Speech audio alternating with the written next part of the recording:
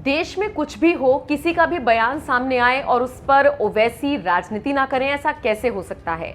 मतलब जब कांवड़ यात्रा निकाली गई तब ओवैसी को दिक्कत हो गई, जब कांवड़ियों पर पुष्प वर्षा की गई तो ओवैसी को दिक्कत हो गई। देश में कुछ भी चल रहा होता है उस पर राजनीति करने से एआईएमआईएम प्रमुख असदुद्दीन ओवैसी कभी बाज नहीं आते। और अब हैदराबाद से सांसद और एआईएमआईएम प्रमुख ओवैसी ने भारत के राष्ट्रीय सुरक्षा सलाहकार यानी कि एनएसए अजीत डोभाल के बयान पर निशाना साध दिया है। ओवैसी ने सवाल पूछा है कि एनएसए डोभाल को बताना चाहिए कि वो कौन से तत्व हैं जो विचारधारा के नाम पर देश में कट्टरवाद फैला रहे हैं। एनएसए को उन लोगों के नाम बताने चाहिए।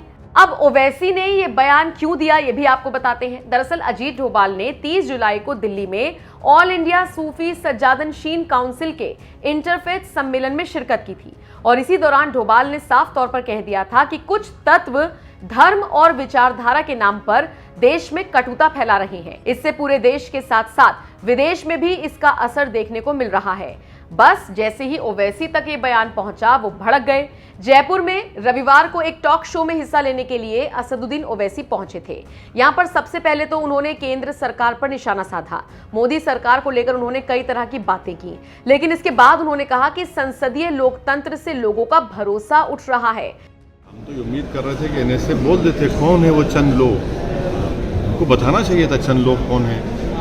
वो अल्फाज को क्यों चाप रहे हैं, बता दें जन देश को कौन है वो बताएं ना भाई कौन है ये लोग। हम तो पूछना चाह रहे हैं। आप पे कट्टरता का आरोप हर कोई लगाता रहता है। पूरे भारत में हम ही कट्टरता है, सब दूध के धुले। लोकतंत्र को लेकर बात हो रही थी, आपने कहा कि उसको अमल नहीं किया जा रहा जो लागू किया गया था। क्या संविधान है उसमें theory of separation of power है, जिसमें एग्जीक्यूटिव, लेजिस्लेचर और जुडिशरी अलग अलग अपना काम करती है। संविधान है उसमें theory of separation of power है, जिसमें एग्जीक्यूटिव, लेजिस्लेचर और जुडिशरी अलग अलग अपना काम करती है। मगर हम ये देख रहे हैं कि पिछले चंद सालों से एग्जीक्यूटिव लेजिस्लेचर पर उसको कमज़ोर करने की पूरी कोशिश कर रहा है और इसीलिए हम देख रहे हैं कि पार्लियामेंट में डिबेट जो है वो बिल्कुल कम हो रहे हैं।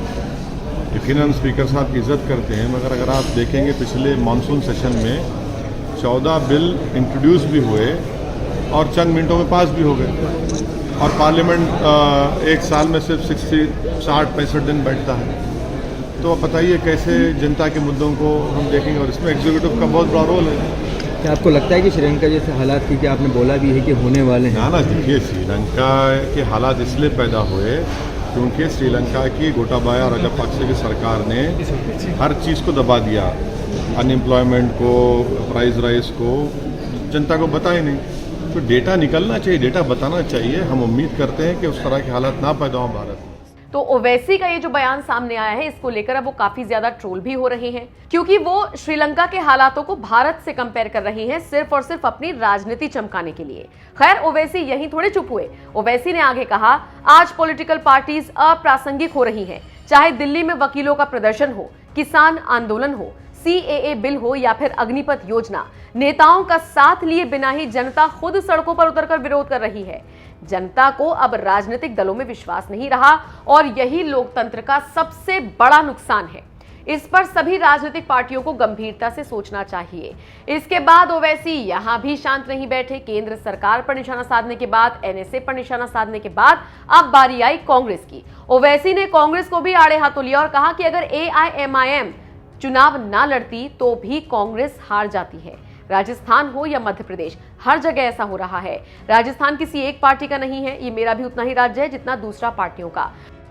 कुल मिलाकर देखा जाए तो ओवैसी की बौखलाहट हर पार्टी के विरुद्ध निकल रही है और ओवैसी तो यहां तक कहने से पीछे नहीं हटे कि कांग्रेस का खात्मा लोकतंत्र के लिए अच्छा है। यानी अपनी राजनीति को ऊपर रखने के लिए ओवैसी कुछ भी बोले जा रहे हैं। खैर, ओवैसी ने बीजेपी को लेकर, मोदी सरकार को लेकर, एनएसए अजीत डोभाल को लेकर और कांग्रेस को लेकर जो बयान दिया उसको लेकर आप क्या राय रखते हैं? कमेंट बॉक्स में अपनी राय हमें जरूर दें।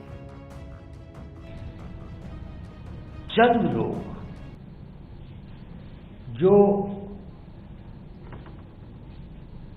धर्म के नाम पर या किसी और विचारधारा के नाम पर हिंसा का, लोगों के अंदर वैमनस्य पैदा करने का, लोगों के अंदर में कॉन्फ्लिक्ट क्रिएट करने का प्रयत्न करते हैं, उसका प्रभाव पूरे देश पर होता है, देश के अंदर भी होता है और देश के बाहर भी होता है।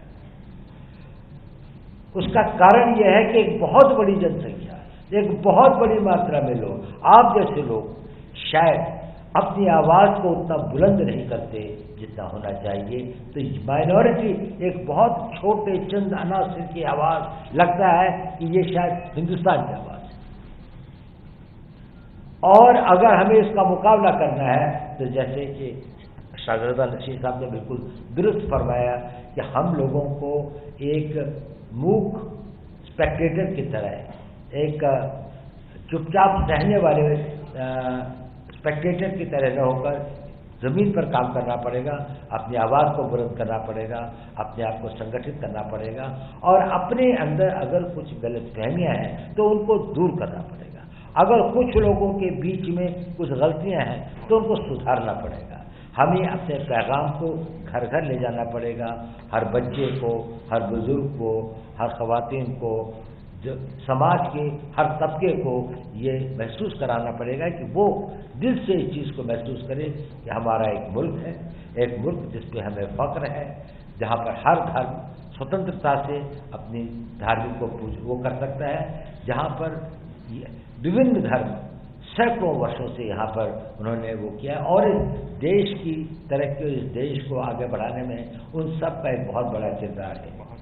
देखिए, मेरे एक अजीज दोस्त हैं, उन्होंने मुझे ये वाक़या बताया था कुछ वक्त पहले। देखिए, जो एक ज़माने में आरोपी था समझौता ट्रेन ब्लास्ट में, तो नहीं रहे वो। अब उनसे मुझे सर्टिफिकेट लेने की ज़रूरत नहीं है। आरएसएस का जो शपथ लेते हैं, वो ओथ लेते हैं, वो पढ़कर सुनाए जनता को क्या है वो, क्या वो भारत के संविधान के बराबर है क्या? वो छोड़े ना, वो देश को ज्ञान देना छोड़े, वो देश को बताएं कि आपने 2 करोड़ नौकरियां देने का वादा किया था, कितने नौकरियां दे रहे हैं? आपने भारत की इकोनॉमी को बर्बाद कर दिया आपकी सरकार ने, और जिसका खमियाजा हमारी सुरक्षा को उठाना पड़ा, सुरक्षा देश की आर्मी को उठाना पड़ रहा है। ये सब छोड़िए, हमको छोड़िए, आपको एक बताएं, देश से सवाल बताएं। सर, आरएसएस के प्रचार प्रमुख सुनील अंबेकर ने कहा है कि मुस्लिम समाज को खुलकर उदयपुर की घटना का विरोध करना चाहिए। किया है ना, विरोध करें। उनको भी चाहिए कि जो कर्नाटका में जो कत्ल हो रहा है उसको भी खुलकर बोले सबको। सर, कल एनएसए प्रमुख ने बोला है कि कट्टरता के खिलाफ सबको एक साथ आना चाहिए, जिस तरह के हम तो उम्मीद कर रहे थे कि एनएसए बोल देते कौन है वो चंद लोग, उनको बताना चाहिए था चंद लोग कौन है। वो अल्फाज को क्यों चाप रहे हैं? बता दें जन देश को कौन है वो बताएं ना भाई, कौन है ये लोग। हम तो पूछना चाह रहे हैं।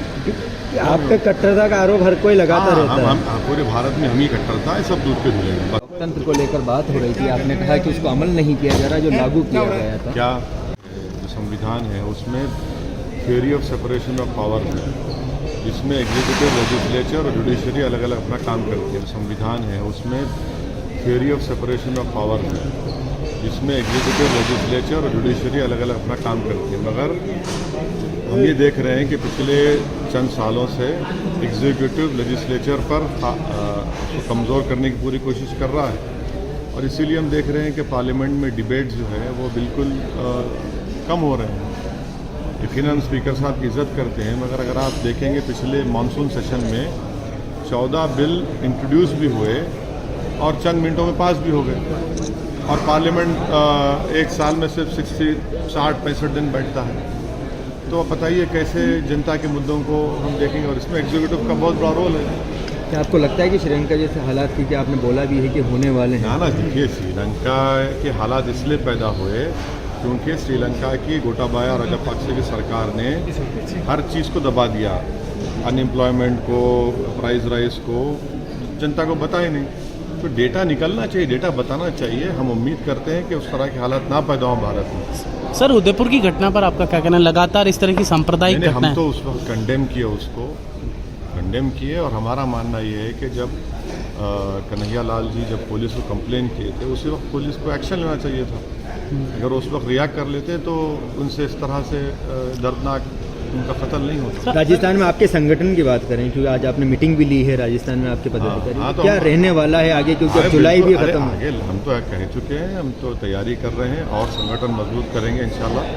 अगस्त के महीने में हमारे पार्टी का एक बड़ा फंक्शन भी होगा, उस वक्त एक ज़रूरी इत्तला आपको